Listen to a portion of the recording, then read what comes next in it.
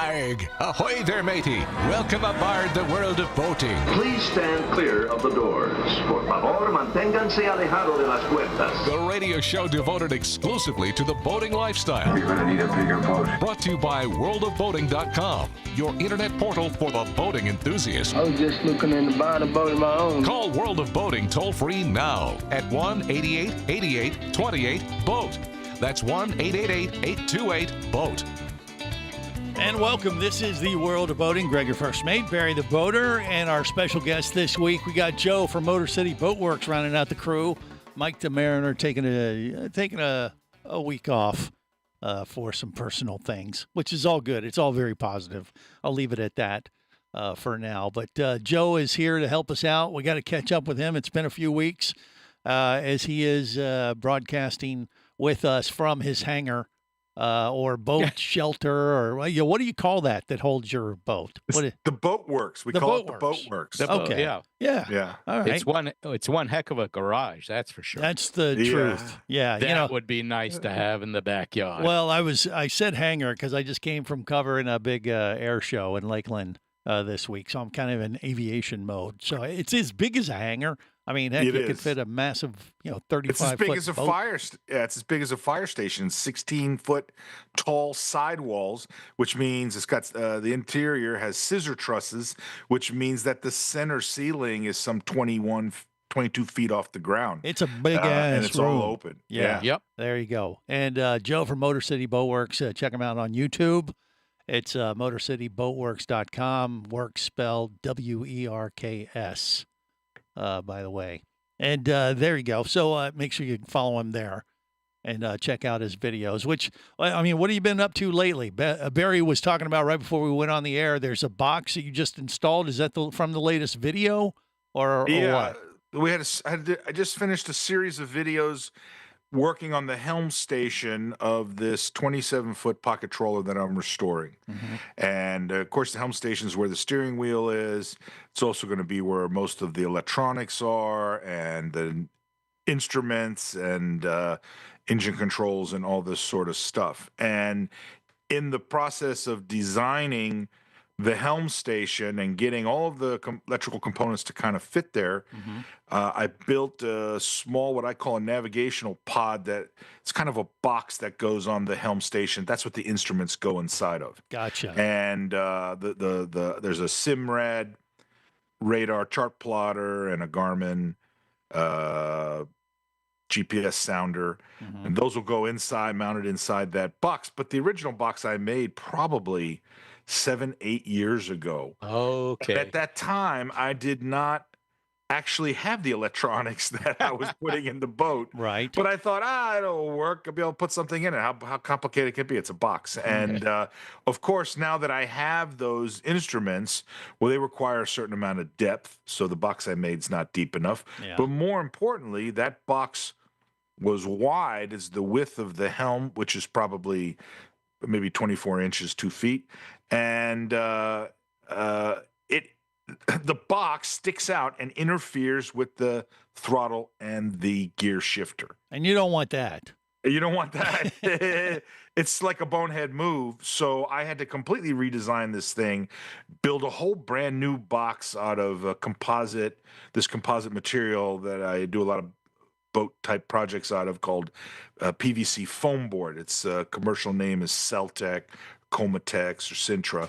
And to kind of build this box out of epoxy and this plastic material, and had to kind of design a whole new one. And that's what the last couple of episodes have been about. Gotcha. Dealing But this with will the helm be station. like a permanent install too. It isn't going to be something you can pull out of there when you want to. It mounts to the actual helm station, and its purpose is to provide extra depth so that these instruments can be mounted. I wouldn't have this problem, but for the fact that down below, behind the bulkhead that is the helm station, I tore out the bathroom and I built a new bathroom that's 20 square feet. It's about 4 feet by 5 feet, and has a standing shower separate from a toilet and a sink. Right. And basically tripled the size of the bathroom on this boat. And when I did that, it removed a closet there, which is normally where these instruments might go, and the back of these instruments might go inside of. Well, now there's Right. nothing there.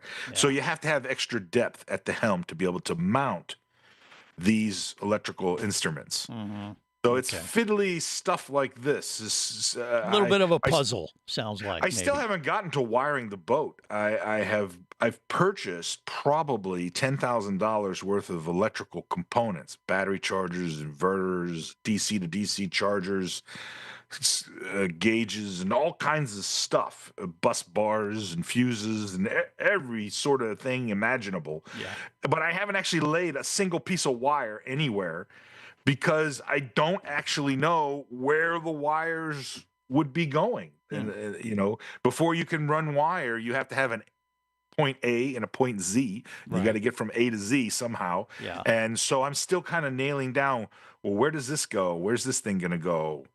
And it's quite tedious. It's like putting together a puzzle, but you Right. don't have a picture of what the puzzle looks like. Well, You're that's kind not of good. making it up as you go. Yeah. Now, you had said that you hired like a consultant to help you with this phase of the I did. Yeah. rig store. So Yeah, I personally have been through several classes at Neplis School of Seamanship, the electrical classes, the diesel classes, and had some other training and marine electrical type knowledge.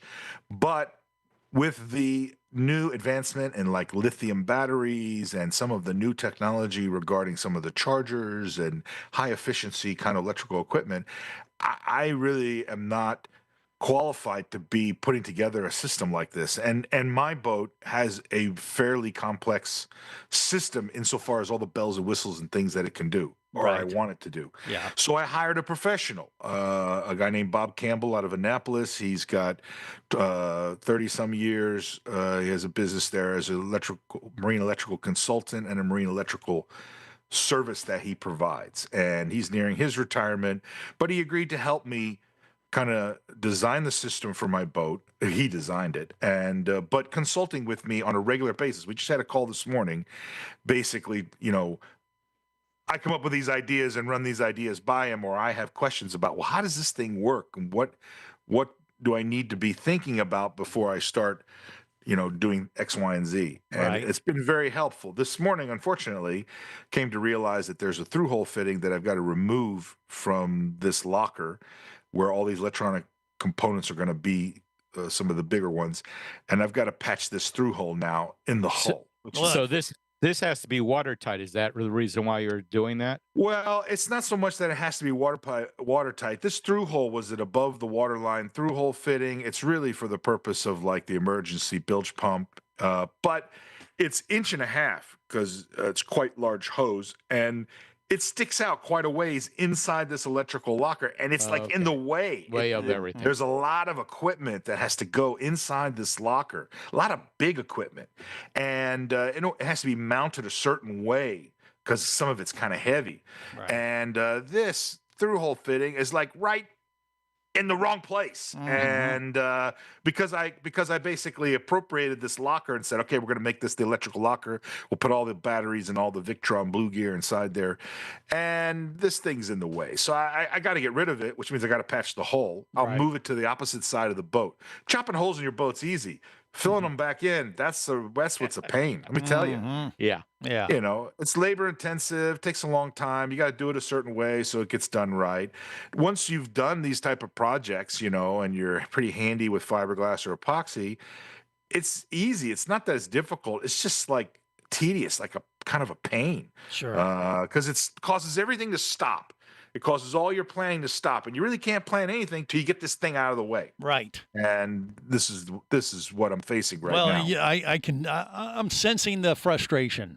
You're kind of Yeah. like in the middle of it right now. Hopefully, your consultant isn't feeling the same way when you called him. No, He's like he's, regretting, like, oh God, why did I do No. this? He's glad that he's not nearby me because every time I'm like, Bob, you're killing me. I gotta fix this thing. You got to fix this hole, that hole. We don't want any holes in our vessel. So it's just some of the thing you got to do. All right, we got more with Joe from Motor City Boat Works and more boating news information next. You're listening to the World of Boating Radio Network.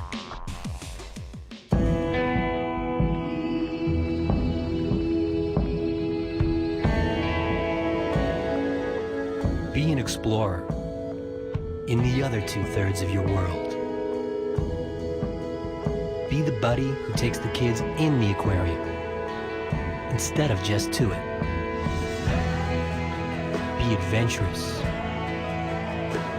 Be amazed. Be a diver.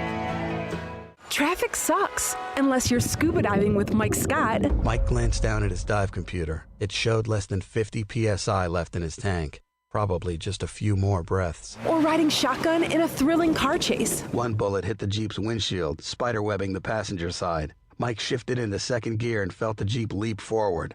This just got serious. Escape your commute with audiobooks from author Eric Douglas. Download to your phone. Go to booksbyeric.com or audible.com. Hosting a radio show about scuba diving and boating is one of the best gigs on the planet. It's actually part of my job to check out and report on cool new products I personally use to enhance my diving and boating adventures. However, I do believe in sharing the joy, and this is why we've added Nanook protective hard cases to our list of products you can now purchase on the merchandise page at scubaradio.com. Nanook cases are designed to protect the most sensitive equipment in the harshest environments. Underwater photographers, listen up. From their high-impact NK7 resin to their exclusive Power Claw latches, Nanook has raised the bar for those of you that demand the best protection for your gear. Plus, Nanook protective cases cost less than similar products currently on the market. The company has been around for over 15 years, but it's new to the U.S., so we've made a small number of Nanook cases available exclusively for you at a special introductory price on the merchandise page at scubaradio.com. Go there now and check out Nanook, the evolution of protection.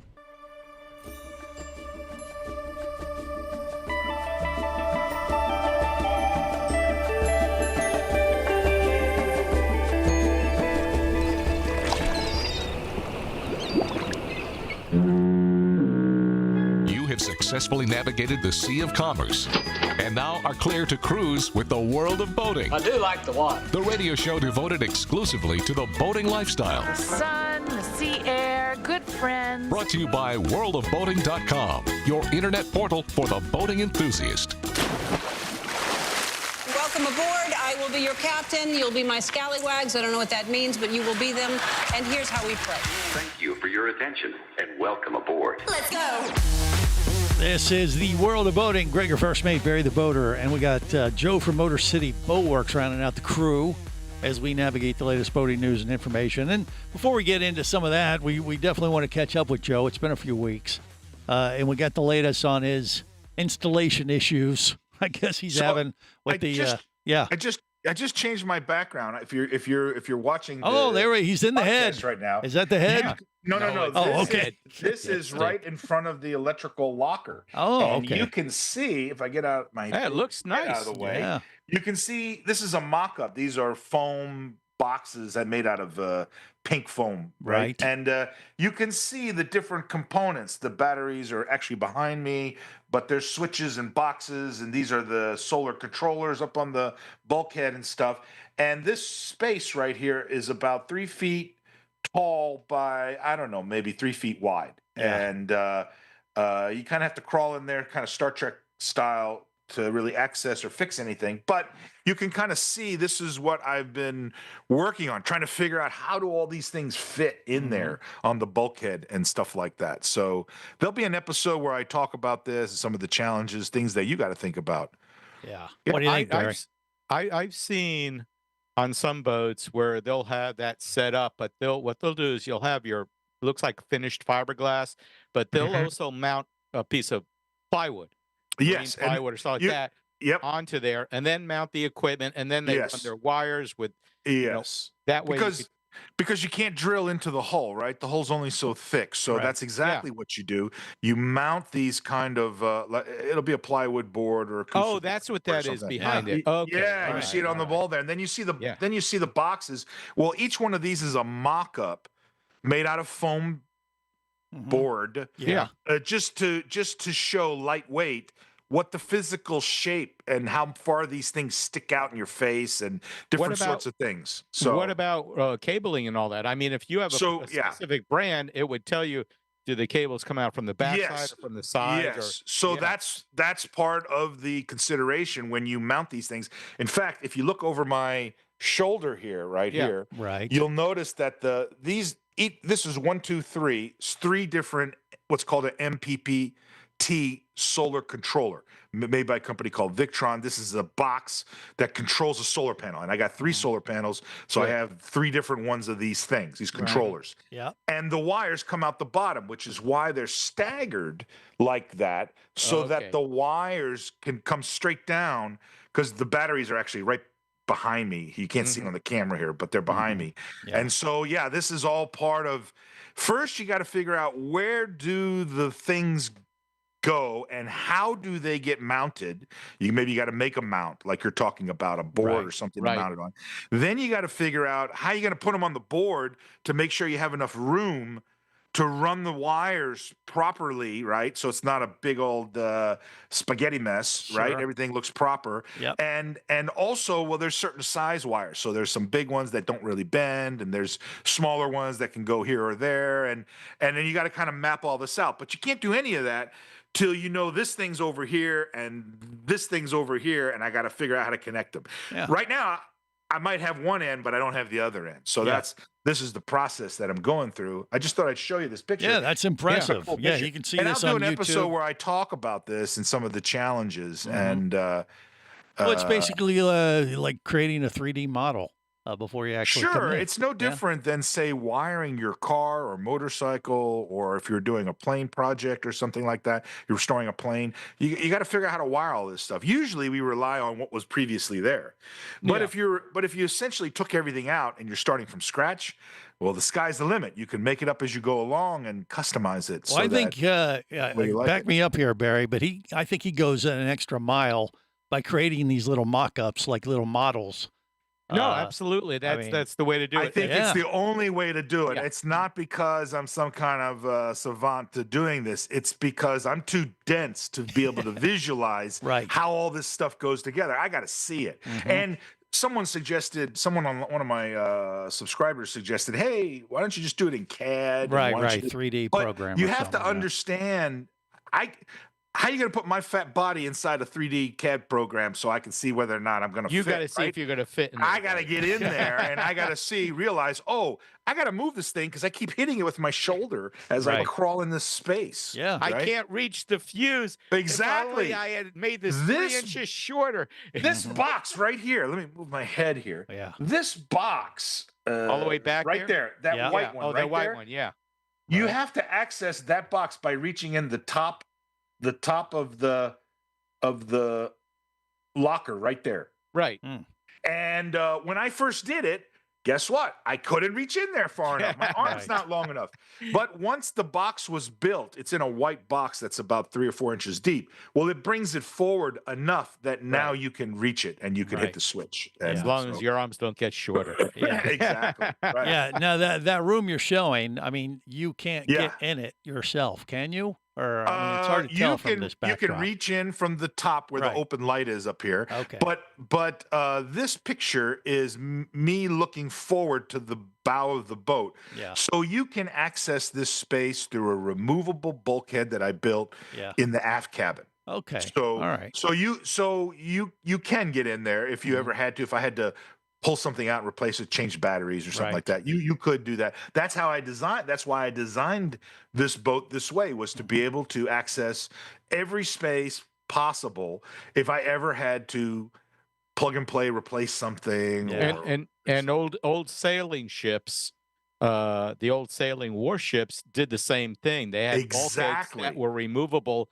when they went to battle, and then when they had settled down, they put the bulkheads back, and everyone had to. You are absolutely right, Barry. And I'll be honest with you, that's what gave me the idea. I started thinking, well, what if I just take the bulkhead down? Then I can get in there, put my fat self inside there, do whatever I need. Then I put the bulkhead back, and because you won't do it all the time.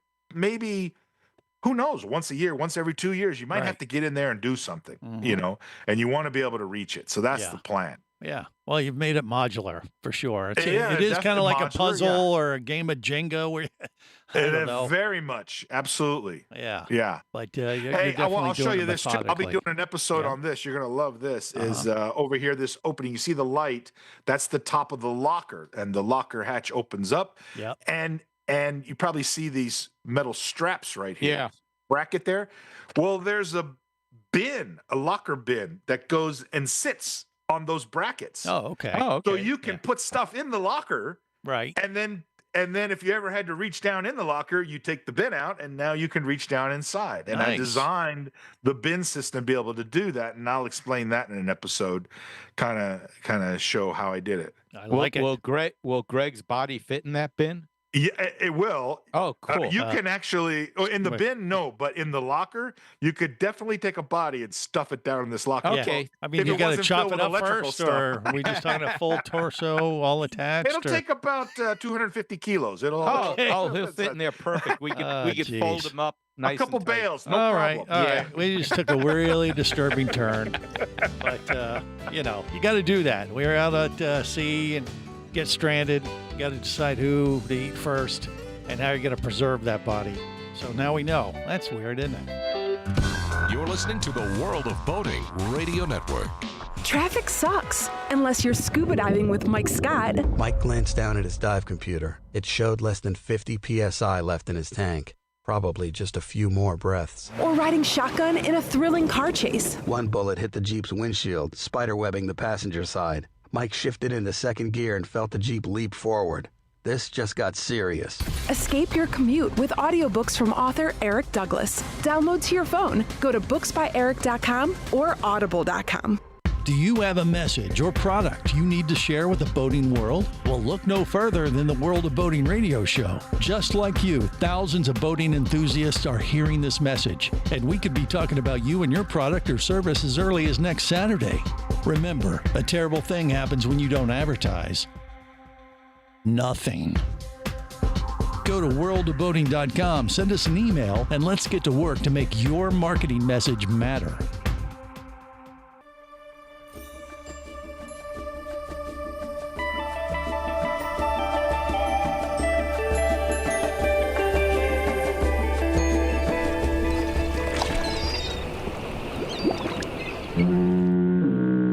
You have successfully navigated the Sea of Commerce and now are clear to cruise with the World of Boating. I do like the water. The radio show devoted exclusively to the boating lifestyle. The sun, the sea air, good friends. Brought to you by worldofboating.com, your internet portal for the boating enthusiast. My captain.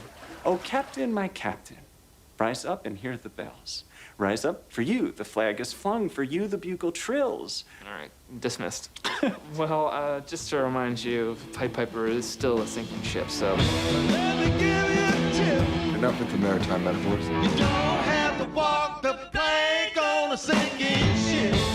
This is the World of Boating. Greg, your first mate, Barry the Boater, and we got Joe from Motor City Boat Works helping us out today. As he's kind of like a part-time crew now. He's been on enough. You could get promoted whether you want to or not. There, Joe. I mean, Hey, that's all right. I enjoy being your extra special guest. yes, okay. Barry is just special, but that's a whole nother issue. Thank you. I'm looking at the ocean right now. They You are. If anyone's interested, the Tortuga Music Festival is going on this weekend in Fort Lauderdale. Tortuga Fest. Tortuga Fest. Yeah, well, they call it the Music Festival. Yeah. And they have all these different. Yeah, like do you people are call out it? on their boats watching the bands from the No, beach. you're not watching if you're No, it's out too on a boat rough. today, you're gonna. Yeah, it is Okay. rough. That's why I was showing you the ocean, man. It is rough Uh-huh. out there. It's All been right. rough for the past few weeks. We've had a lot of winds coming in from the east. Yeah. But it has affected boating, especially down there in the Keys. I mean, they've had a rough time. Yeah, we had some wildfires, which, if you're down there, you know about yes. it. Yes. But the Florida Keys really got hammered the last month Yeah. because you couldn't get in and out of the top of the Well, Keys you there. you couldn't go through Cartsound Road because Right. that's where most of the fire was. But they were also stopping traffic sometimes during the 18-mile stretch. That's the regular road that's the US One way in, road one that- way out. Yeah, they were just letting in, people that work there and live there for Mhm. for a few days. And I mean, I saw some video that was pretty crazy because there were fires on both sides of US 1. starting as early as like Homestead in Florida City there. So it was a mess, and that has created a bit of a problem for obviously the folks that rely on tourism there. It's been a rough few weeks, but I think they're kind of back to normal now. Yeah, well, we were in a drought here. It was very windy and dry, and we did have some major rain a couple of days ago, about 3-4 days ago. It finally came in and lessened the drought, and we're supposed to get another possible front blow through on Tuesday. You should see it before me. Yeah. Okay. So well, I don't want to. Brings that. Well, so I keep we it down need the by rain. you, I Barry. don't know about you. That's fine. Well, well, we got we were yeah. Who knows? I mean, yeah, we don't want any of that. I mean, I don't know if it's a good thing or not, but love is in the air because it's spring. It has sprung, and Barry, right before the show today, are they hanging out on your boat too? No. First of all, the boat's iguanas? in the garage. Okay, No, all right. The boats are in the garage, but I have been chasing them down and hunting them down. Yeah, and that is a thing down in South Florida where the iguanas have invaded, and you're telling us that there's iguanas and they're getting their freak ons are a little bit more amorous, like the gators. I mean, No, they must have got their freak on back in November, December, because the mama iguanas are full of eggs. One did run into my neighbor's garage, and he called me, said, "Come over and get it. Come over and get it." And we got it. Well, so what did you do? I won't discuss that on the air. Yeah, Is it a pest? Do you have to have a license? Yeah, to kill no, them? no. The state doesn't want them here. They're an invasive species like the pythons. But for some reason, with the pythons, you got to wrestle them. You can't just go up and blow their heads off. So you have so I guess that going explained what you did in your neighbor's garage. We'll leave it at that. Well, we'll leave it at that. Okay. But for some reason, you can't do that with pythons. I don't know. The pythons scare the bejesus out of me because they're big and they could strangle you. Where the iguana, I mean, the big ones, the tail can really give you a good whack and can cut you up a little bit. Really? Plus, they have a good bite. So. Yeah, and they got like that E. coli thing going on. Salmonella. Salmonella, yeah, right. The big problem with them is they dig. Yeah. And they will dig under your house. They'll destroy foundations. Well, they'll mess up boats too because they crap everywhere. They're worse than geese, aren't they? I don't know. I've never had a goose around here. Yeah. But I do know that they will destroy docks and seawalls, and people are so fed up with them that they've made it's a business now. You can go become a trapper or a hunter. There's even boats that'll take you out on their airboat. There are groups that'll take you out and supply you with an air rifle and go to town hunting the iguanas. All right. Well, I'm just talking about how to prepare or protect your boat if you got it sitting out there on the dock in South Florida. If you have it sitting, I don't know if they. I mean, they could get on the boat and they do. do I've their seen thing. it. Yeah. Well. And that's pretty nasty. But well, the one thing I've seen is they crap everywhere. Yeah, it gets a little funky if you don't keep them at bay. And then the other thing right now in Florida, it's spring and we have gators, and at this time of year, every year the gators get a little ornery because they're out there looking. As you said, Yeah, but I'm not messing with a gator. Okay, you don't have a plan. You just have an iguana plan. Well, the iguanas are big enough. The gators they have big teeth. Right, but they can be a little bit more aggressive in the springtime here in Florida. So if you encounter one out on your vessel, you want to steer clear. Well, I mean, only if you're in the freshwater. They generally stick to freshwater. You'll have crocs. We have crocodiles down here, especially down in Key Largo. Well, I don't care if it's an alligator or a croc. I'm going to steer clear. I don't know about you. What? Well, you go diving in the salt water. Yeah, but if I'm a boater, I'm just saying, be on the lookout and avoid them or be a little. They're not going to climb up your boat. Well, okay. What, a gator? No. It's they're a little bit more ornery. Like, really, when it would come into a play is like if you're in the Florida Springs doing like a kayak or a little dinghy kind of action or something. But this is the time of year, like if you encounter one and you sneak up on it, I mean, they may get very defensive because they're in that mode of boom, chicka, bow, wow. And if you get between one gator and that gator's love interest, I don't know. That's what they say. Right. I don't know what's going. They just say, "Hey, just be aware. It's that time of year." I think you should go out there and experiment and get back to us with your results. I leave that to you. You're down there. We don't really have this much of a problem up here where I am. What? You got all the freshwater lakes and we got canals some, and rivers. but I'm just saying, that's your job. You're our my iguana. job. You're our first line of iguana defense, and iguanas, yes, gators, no. Well, gators, I defer to you, man. Come on, Barry. Okay. Yeah, you have your role as Barry the Boater. Right. And animal Not Barry, control. not the gator hunter, no. Yeah. Do you Although have an anything? airboat would be a fun thing to have. When you're, doing boating up where you are, Joe, do you guys have any issues with, life or, But we wildlife? don't have alligators. Well, or I anything know like that. It's still Yeah. 40 degrees outside. Well, right. So you don't have any critters or pests that you got to worry about No. getting in your boats and things? No. Yeah. Yeah. Raccoons. I don't know. Something. Right. I could see raccoons chewing up their electrical stuff like that. Well, we got Or those, too. rats. I've heard Yeah, they'll chew up squirrels. wire. Yeah.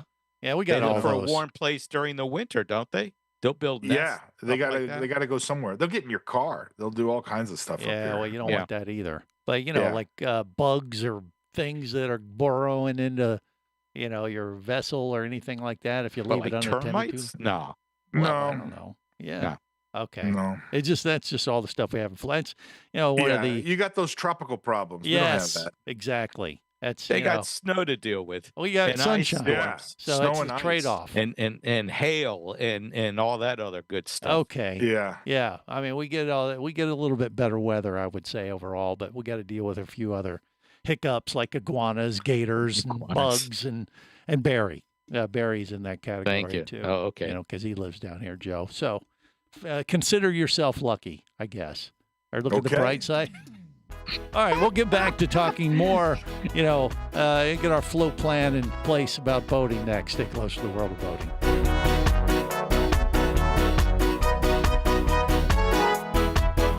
You're listening to the World of Boating Radio Network.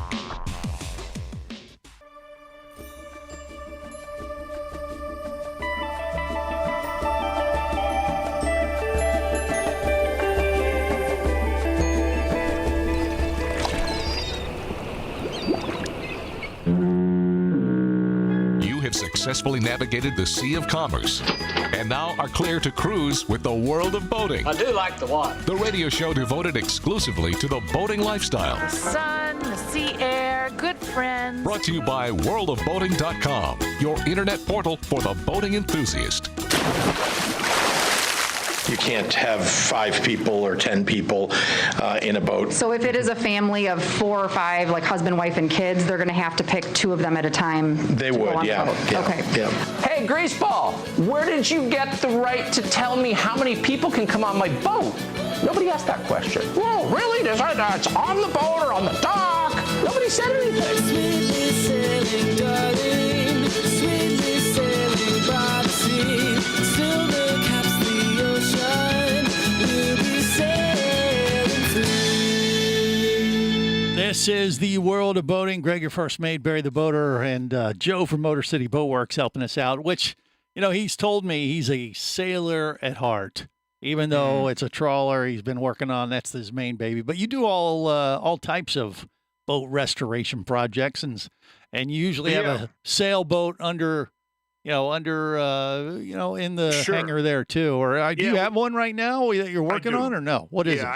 I have 3 sailboats in 3. the boatyard right now. One of Okay. them we're going to finish this summer, and it's the Skipper 20, the 20-foot classic little salty sailboat here. We were talking earlier, I do 3 types of episodes on my YouTube channel, episodes that are about restoring the trawler, episodes about restoring the small sailboats that I sometimes have in my workshop.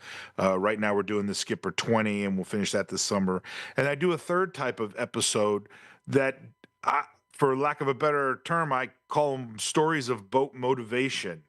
Doing these projects in the workshop, they take a long time. There's a lot of steps involved. Seems like it's watching paint dry, right? It just takes forever to get anything done. So there are times when you need a little bit of motivation. You got to keep your momentum. You got to keep going. And I don't know about you, but I'm always thinking about boats and boating. So this third type of episode that I do, I have been very fortunate to travel internationally and domestically and be able to profile boats that are on my bucket list, things I always wanted to own or work on. I've been able to interview interesting people that have to do with boating in some capacity.